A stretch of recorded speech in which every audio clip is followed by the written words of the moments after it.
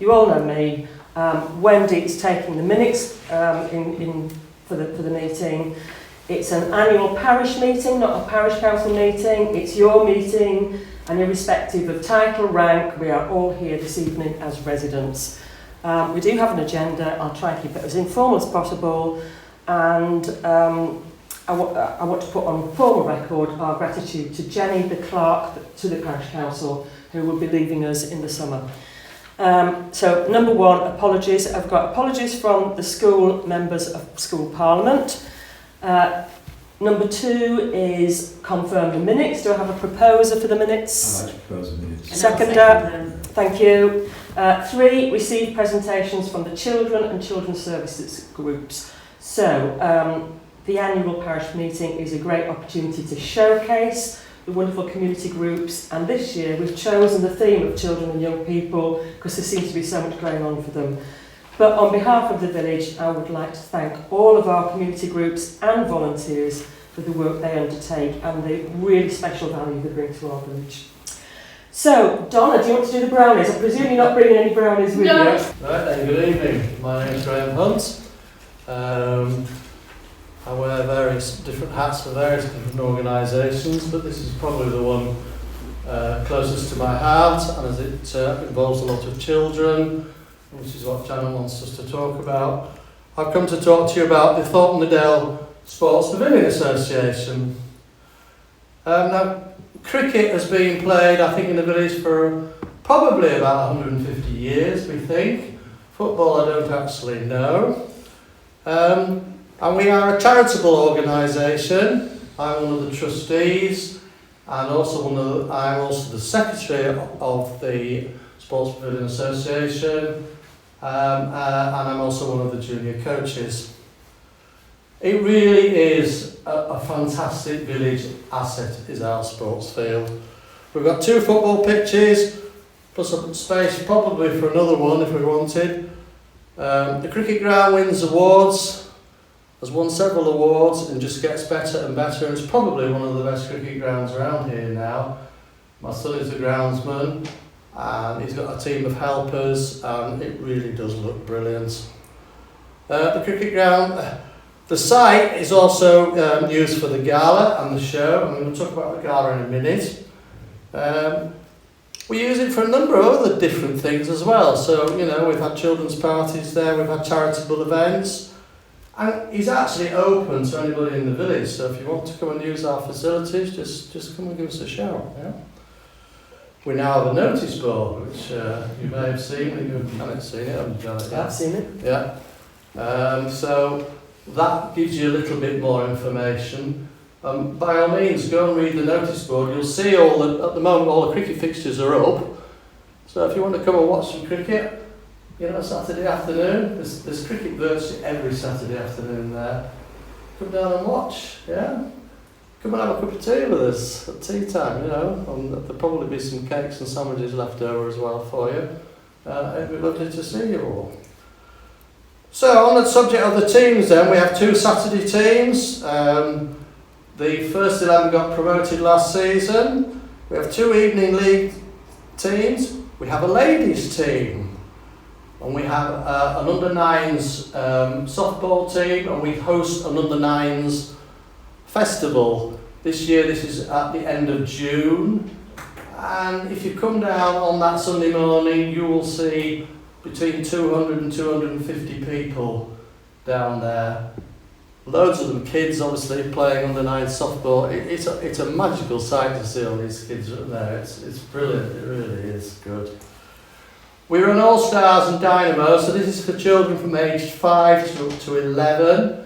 I'm one of the coaches that delivers that. This is an ECB initiative to try and get children interested in cricket.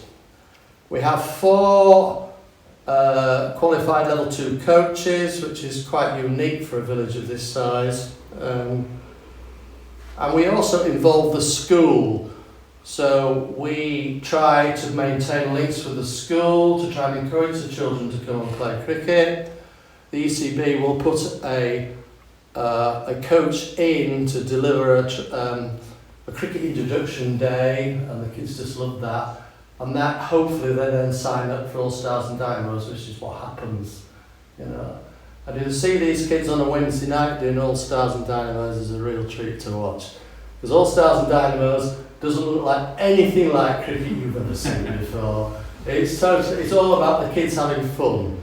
So they all run around and what they're doing is learning cricket skills without having to think about it. So it's not all boring stuff, it's just brilliant, and we involve the parents as well. So you know, the cricket side of it is thriving, where a lot of clubs are struggling with the other way around. We're actually doing pretty well. Football, we have 2 football teams that are attached to Thornton. There's an under-14 side and an under-13s. The under-13s is a new team. So they started that this last season and they had a reasonable season. The under-14s, they won the league. They got into the quarter-finals of 2 of the cup competitions, and they've done really, really well. And the only drawback to why we haven't got any more age groups is we just need more coaches. It's very, very time consuming, but there are a lot of kids involved in that. And also, obviously, there's the full adult team that plays. They played down there on a Saturday. I think they've had an average season, about mid-table, but a very enthusiastic bunch of village footballers. We're not as visible, I don't think, as some of the organisations in the village. So it's not like the Christmas lights or litter picking and so on. We're sort of a bit that way, you know. You aren't really aware of it, but we are there. So I reckon we probably have, between cricket and football, probably about 60 children who come down in for either football or cricket.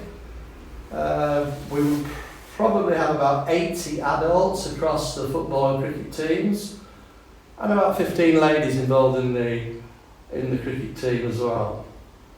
We are very, very friendly, we are very, very inclusive. And finally, I get onto the subject of the gala. It's gala day on Sunday. Are you all coming? Yes. Yeah? We'll be there. Good. It'd be lovely to see you because it's our biggest fundraising event. Without the gala, we would struggle. We've got a great forecast. We've got the volunteer group coming down to help us. Phil, thank you. They're coming down to do teas and sandwiches and goodies and things. So that is a great, great help for us. Because one of the problems we have is just the manpower to run it. So, just on that subject, if there's any of you who would quite like to come and maybe come and give us a little hand, we've got an awful lot of cars to park. I've got 375 of them coming. And if you come down and do that, well, obviously you'll get in for nothing. And that's it really. Any questions? No? Great. How far do the kids travel to come and play here? We get not all from the village. So no, they're predominantly from the village, as you would expect, but they do come from further afield, and we've had kids coming from Snainton, with Malton, Kirby Moorside. So yeah, they do come from further away, but I would say about 80% of them probably come from within the village. Yeah. Graham, sorry, the management and planning structure of the gala has changed recently, and I think this year will be the first under the new planning committee. Are you confident that you've got things up to speed, or do you need any further assistance in any other little areas? Well, the problem we've got this year is we're still the same bunch of trustees, so and there is a committee as well. We've been, Dave Algar has organised the car show part of it. He's been doing, he's probably done it for about 25 years. He did a fantastic job with it, you know. And he decided to step down. And, I don't blame him really. It's an awful lot of work involved in it. So that's the biggest problem we've got this time. We've had to pick that up. We don't really know what we're doing, to be honest. So we've had to scale down the number of cars. So we've got 370 upcoming. We would normally have near about probably just shy of 500. So we're scaling that down and just picking up as best we can. Do you put certain cars in certain sections? Yes. Right. Yeah, it gets very... Very complicated. we decided we wanted to try and simplify it, but it's easier said than done. Because these car fanatics, they all like to be together. Yeah. So you've got a certain type of car, and they all want to be, well, I suppose that's the way it is. And we've got big competition now because there's the Gultrees one running on just outside Pickering. They're running a car show thing. Because we used to the Mathieson family used to come over and help us out with judging and so on, but they're all busy at that this year, so they won't be coming. Which is a bit of a nuisance for them, man. Yes. What time's your cricket on a Wednesday? Little ones, we start at 6 till 7. So we do all stars for ages 5 to 8, and then the dynamos are from 9 to 11-year-olds. Little bit of flexibility in that. Sometimes if they're competent enough, we'll start them at under 5. So my grandson, for instance, he was 4 last year when he started, but he was going to be good enough to take part. So yeah, 6 till 7. Brilliant things to come and watch. Yeah. Thank you, Graham.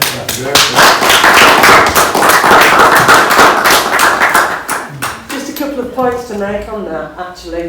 When I used to run the horses for the gala many years ago, and it really is a fabulous show. We always used to make it so that it was geared towards children of the village, not people with posh show horses that went round.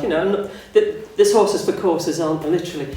But I think one of the interesting points are the distance away from the village, and it was really good that you said you're not immediately in the centre, you're not immediately seen, so I think it's really good that you brought that today.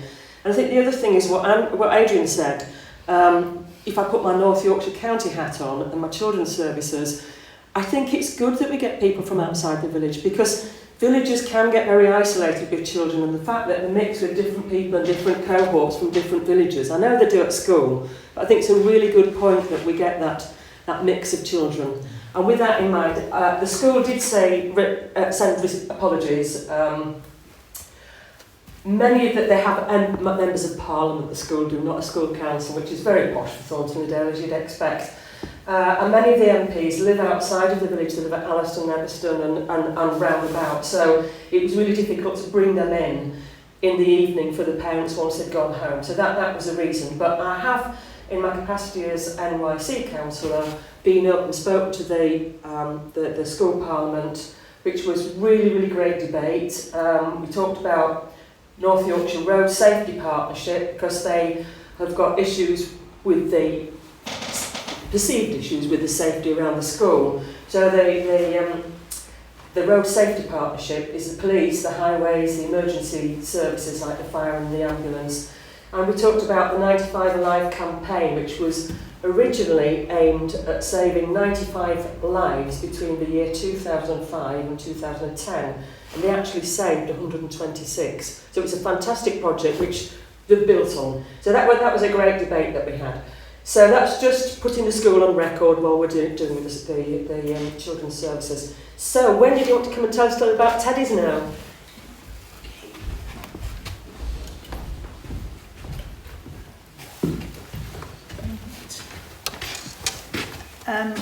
TLD Teddies. We set up the Teddies in February 25 as we felt there wasn't sufficient provision in the village for the very young and their families. We had no idea if it would be popular or not. I volunteer on a Friday with Tricia, Anne, Tracy, Jessica and Julia, and almost all of us are early years trained or have worked in schools or have PGCE or whatever, but by coincidence, or have run nurseries. Our other helpers are Dorothy and Eleanor, who provide teas, coffees and snacks for the adults and the children. We very quickly amassed a huge collection of donated toys and equipment. Just about everything came for free, which was good. But many thanks go to the WI who have supported us financially, and we were able to buy a couple of brand new tables and child-sized chairs, which also take adults, which is useful, which we bought with that money. We hire the large hall in the village hall every Friday morning in term time, and sometimes we make use of the garden as well when the weather allows. Our experience means we're able to promote interesting learning and social activities for young children. Sensory play, art activities, outdoor play, gross motor skills development, and importantly provide a social space for adults too.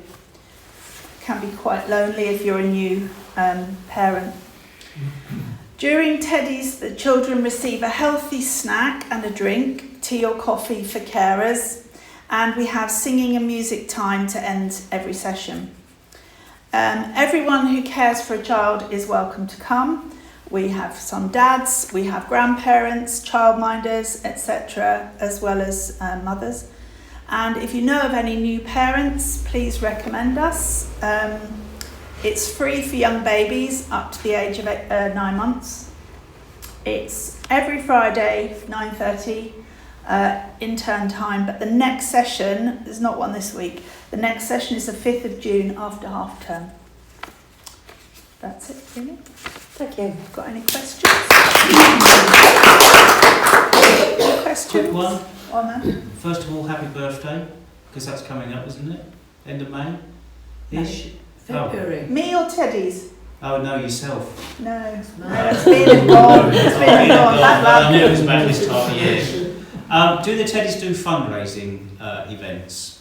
Yes, It's just that we've but had... it's going to be on the small scale. Like, we were going to do a small toy sale of excess toys and a cake sale, but we're going to tack it on when the Manthorpe Park Right. do something. There's a gentleman's made an approach to the volunteer group about that lives in the village, putting on a karaoke style thing for the youngsters. But I didn't know if that would be something that you would entertain, or whether your children would be too young. Mostly under 2. I know a lot of under 2-year-olds. Haven't actually had any conversations with them, but no, they're very young because we're up to preschool age. But of course, once they get to 3, they're likely to be in nursery, Right. because free nursery education. That's great. Yeah, So we do have a lot of under 2s, or on the day they're not at nursery. If you see what I mean? Yeah. We don't have many 4-year-olds, right. The so their Brownies can do karaoke karaoke. skills are going to be a little bit. But Well, yeah, it we will was a do some karaoke fun. / disco. Okay. It was lights and jumping around, sort of an opportunity, Yeah. soft play and. We haven't done a sensory. lot of fundraising, but we will do some. But we were going to, like a year ago, Manthorpe Play area had their open day. It was last Easter actually, and we did a cake sale alongside theirs. But Thank you. So Manthorpe Park were next on the list, but I can't see anyone from Manthorpe Park. So in which case, does somebody from the Parish Council want to say about the grant that we've given them and anything about what they're intending to do? No, I'll let you. Well, being as I wasn't on the Parish Council when all that happened, it's sort of a little bit difficult, but if not, nobody wants to say anything. Well, other than the fact we gave them a grant for play equipment, to And- replace play equipment. For the play, because they're restructuring it, they're doing major restructuring work, and it's quite a substantive grant, Yes, it is. and they got the 106 money as well, which would add up to, what was the total in, can you remember? Yeah. 2,761. That was the 106. That was the one. The sill. It wasn't called 106, was it? It was the sill. It was the sill, and then we, the parish council matched it. Yeah. They did go out. Carvel did an amazing job and she got a big lottery Grant as well. grant as well. And she decided she would do it in stages. So that as the funding came in, it wouldn't do or die if they didn't get all the funding. They could do it in the stages as it went And through. started. And I've got to say, when I went up to the school last week and we talked about the improvements to the Manthorpe Park, all the kids had been involved. It was what they wanted to do. It wasn't just, we're going to give you this and this is what you're going to have. They'd all been involved.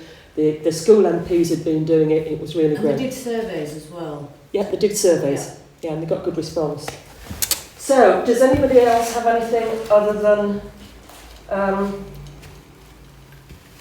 anything else on children's services? Does anybody want to add to that? Anything that you think we should see or that we could put in the village that might help our children? We seem to have an awful lot going on. A youth club. Sorry? A youth club. Yes. I mean, as I said, North Yorkshire Youth can help set those up, but they wouldn't run them. They would do all the difficult stuff for you, like helping you set it up and showing you how to do it. So if you've got volunteers, Donna, that would want to do that, I can put you in touch with them. If that's something you want to progress, but North Yorkshire Youth wouldn't do it. You'd have to get people from the community, and they would support people from the community doing it. And that's where the issues come with all the villages. Yeah. But contact me if you want to go ahead with that at some point in the future. Have a think about it. Yeah. So, item 4. Oh, give me your pity, I'm on a committee, which means that from morning till night, we attend and amend and contend and defend without a conclusion in sight. We compose and propose, we suppose and oppose, and the points of procedure are fun. But though various notions are brought up as motions, there terribly little gets done. We confer and concur, object and demur, reiterate all of our thoughts, we rehash the agenda with frequent addenda and consider a load of reports. We resolve and absolve, but we never dissolve, since it's out of the question for us. 'Twould be such a pity to end our committee. Where else could we make such a fuss? So, as we enter the 5th year of this 5-year electoral cycle, I thought it seemed appropriate to start with this first, because haven't we just seen it all in the last 4 years? More to the point, we've come through it all. 10 resignations, 1 death in office, 3 clerks, 3 mid-term elections, 1 parish poll, and we still have 1 more year to go before completing the electoral cycle. We currently have strong responsible leadership moving into a positive direction, and for that I would like to thank David as the outgoing chairman for his inclusive style of leadership. Together, David with John and Rebecca have shown great strength and resilience in holding the line under extremely difficult circumstances. Simon, along with myself, was co-opted to the council last autumn, and he has already brought a welcome, fresh perspective to the team. And we live in a world that now expects instant rewards, but real growth is often invisibly slow. The strongest leaders are those who keep going without the need for quick validation. In local government at whatever level, results are often slow because we are elected to ensure we consider the impact of decision making on all people within our society, from those well able to articulate their demands to the most vulnerable who frequently have little expectation. What feels like a good decision can turn out to be a poor one if that decision has been made without true knowledge and consideration. Discipline is choosing the long-term outcome, even if this may not be the most popular one. Taking time to consider what has or hasn't worked in the past enables us to move safely into the future. So we know when things go wrong, concerned residents will turn out in high numbers to PC meetings. On the flip side, when the PC are in harmony with residents' expectations, residents simply let the PC get on with the job. There will always be a very small minority of residents for whom there will be no appeasing. They regard running up an expense to the council as sport. Such negativity is very sad, but part of the work we have to deal with, and of course, it's at your expense. There are many statutory obligations attached to authorities dealing with public finance, and PCs are not exempt. They can seem quite bureaucratic, long-winded and dull, but are rightly there to protect us. This council has seen firsthand what happens when financial safeguards and legal obligations are abused. The results of the Employment Tribunal are now in the public domain and give us assurance that this council will be rigorous and will always keep tight control over the public purse strings. Your well-earned money. We've listened to what you've said as a community. The PC has now appointed a working group to look at the results of the parish plan. And we got the survey last month, and Simon, I think we've got a meeting coming up imminently after I've got over this week, and the full council meeting tomorrow. So at this point, I just wanted to cover a brief you said we did section. Some of these items are really small parish council matters, others are larger projects where the PC has worked in partnership with other authorities and volunteers. So you said you wanted to see enhancement of the village centre and to know where you could expect to see the caretaker working. We've centralised the area covered by the caretaker and given you a map. You wanted the railings painted in the centre of the village. We began this task in March. You wanted a map of the grass cutting and the public rights of way in our parish. We directed you to the North Yorkshire County website, and we will look to give you easy access to the links. You wanted the overgrown snicket between Roxby and Maltongate clearing. The caretaker was diverted to help address this matter along with two other volunteers, a Peter and a Peter. Thank you, Peter and Peter, wherever you are.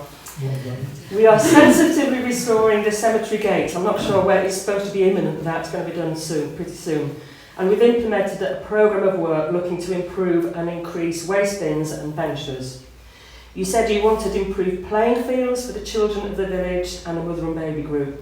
We value and respect our community groups and our volunteers, and to show our appreciation, during the past year we've been able to give a substantive match fund grant, which you've just heard about. We've also worked with and funded our voluntary groups. We've funded the village planters to further enhance the village centre, funded the owl boxes to support wildlife around the parish, and worked with the Grubs Up project to find a pilot plot of land, helping them start this pilot project. You asked for better recycling and separation of rubbish, improved pavements, and to address concerns about future housing development. We've worked actively with North Yorkshire Council to bring you improved recycling services, improve the pavements outside the almshouse whilst they were empty. You believe that? That coordination? Well, yes. And the PC will be active consultees in the emerging development plans for both North Yorkshire Council and the National Parks. We've been very active partners with the Forest and Dale Partnership, and we've been beneficiaries of £20,000 shared prosperity fund, and this has implemented flood prevention measures both within the village and above the village towards Whitby. We've put in place a rolling forward plan mapping out our direction of travel, that is to say what we do as a parish council and when we do it. And this will ensure that any future parish council won't miss important deadlines because, as we point out, 2027 is the new all-out council elections. So it's difficult as a new council coming in to know what to do when, so this map should help with that. There are presently 2 vacancies on the council, and in the run-up to the 2027 all-out elections, there are several options for dealing with this council. Residents can put themselves forward to be co-opted to the vacant positions, or as a community, we can call for a community governance review. And these options will be considered over the coming year, and there are serious implications there. We are here to serve you, the community of Thornton Dale, and throughout these times, the duties can seem onerous. It's a huge privilege to do so, and we appreciate your support. Yes, we take the hits when things go wrong, but reward comes, really, from those whose lives we genuinely make a difference to. And I think that's not just as a parish council, it's as the volunteers we've heard from everybody this evening. There's some fantastic stuff goes on. So thank you for turning out this evening and for giving us your support and inspiration to complete our term of office. And I speak now, as always, as both parish councillor, North Yorkshire Council member, and I'm sure I speak for all my colleagues on the parish council. And finally, if you're thinking of putting yourself forward for co-option, then I thought it would be fitting to end with a transcript of a clerk explaining to a chairman of the parish council why a decision the chairman thought he had made had actually been not made. So here's the clerk's explanation, and I will say it wasn't Jenny. It is characteristic of all committee discussions and decisions that every member has a vivid recollection of them, and that every member's recollection of them differs violently from every other member's recollection. Consequently, we accept the convention that the official decisions are those, and only those, which have been officially recorded in the minutes by the officials, from which it emerges with an eloquent inevitability that any decision which has been officially reached will have been officially recorded in the minutes by the officials, and any decision which is not recorded in the minutes has not been officially reached, even if one or more members believe they can recall it. So, in this particular case, if the decision had been officially reached, it would have been officially recorded in the minutes by the official, and it hasn't, so it wasn't. Thank you. I will take questions. It just shows you how complicated local government is, and actually that wasn't from local government. I'm sure you'll recognise it was Sir Humphrey talking to yes Prime Minister. Questions? We've answered it all, we've covered it all. Job done then? Phil, have you got no questions? No questions from me, Janet, thank you. I think we do need people to, seriously, if you want to continue with the parish council, and it might be that you don't. Other parishes just have parish meetings. I am now a parish councillor for 4 parishes that have failed, and I was a parish councillor for a 5th one, and that has failed completely and has now been just moved into a parish meeting, and it's just dormant. And to be honest, with some of these small councils, the only reason they raise a precept is to pay the clerk. They have no functions, but they can't get a clerk, but they still raise the precept to pay the clerk, which they can't get, so the whole thing goes. Well, then I'll ask a question, Jenna. I knew you were burning. On that subject, North Yorkshire Council have recently commissioned a public consultation, haven't they, into the position of parish councils and future devolvement or dilution into a unitary authority body taking over. Hopefully you're aware of that, I'm sure you are.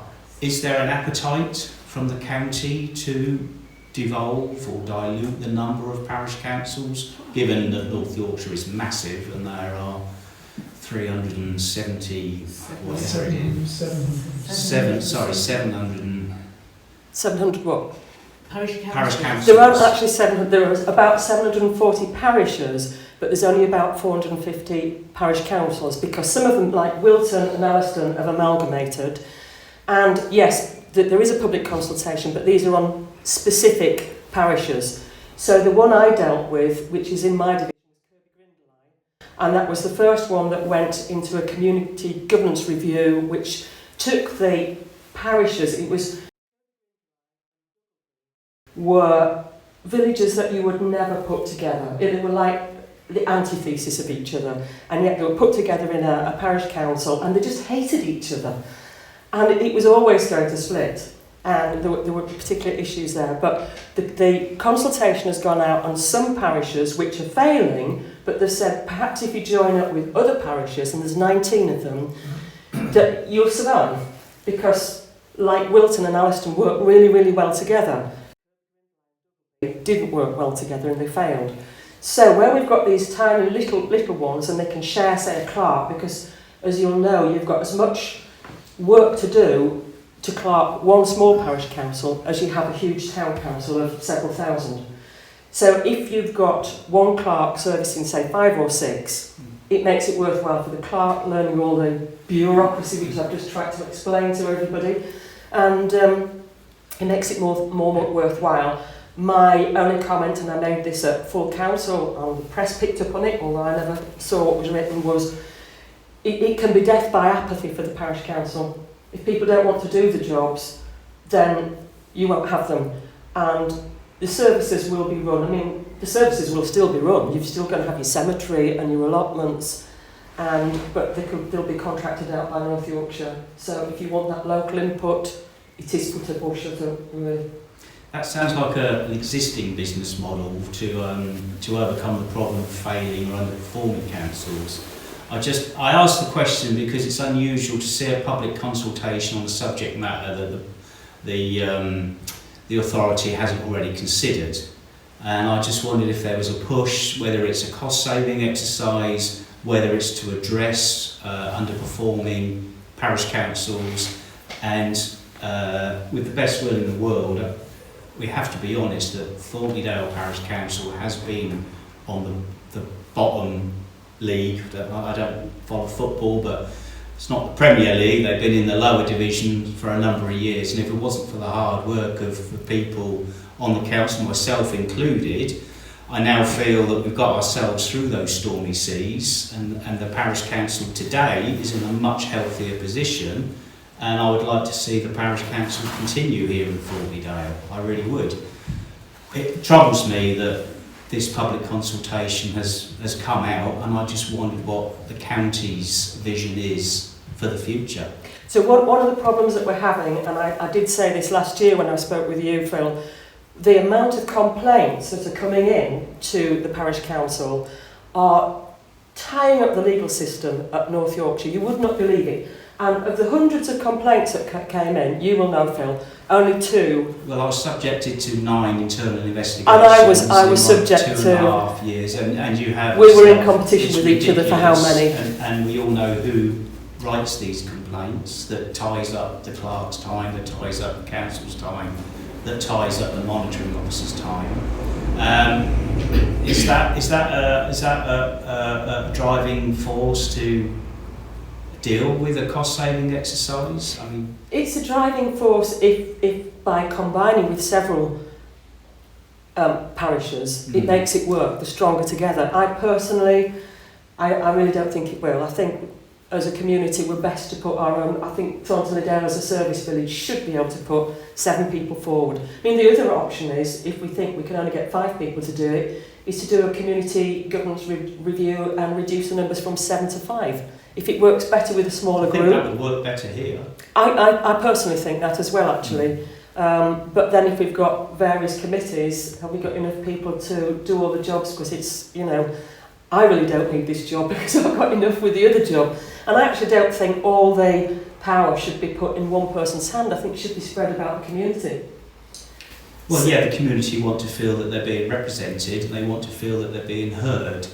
And by introducing an over-bureaucratic process for what essentially is a small rural parish, how can I put it politely, it just brings about delay and kerfuffle, which really doesn't need to exist. And I think there are a number of things going on at the moment in the parish that are causing underlying disturbances, if you will. The progression of the parish plan, the progression of the Grubs Up projects, the progression of grass cutting, progression of a number of things which really don't need to be made into problems and should be resolved a lot quicker. One way or the other.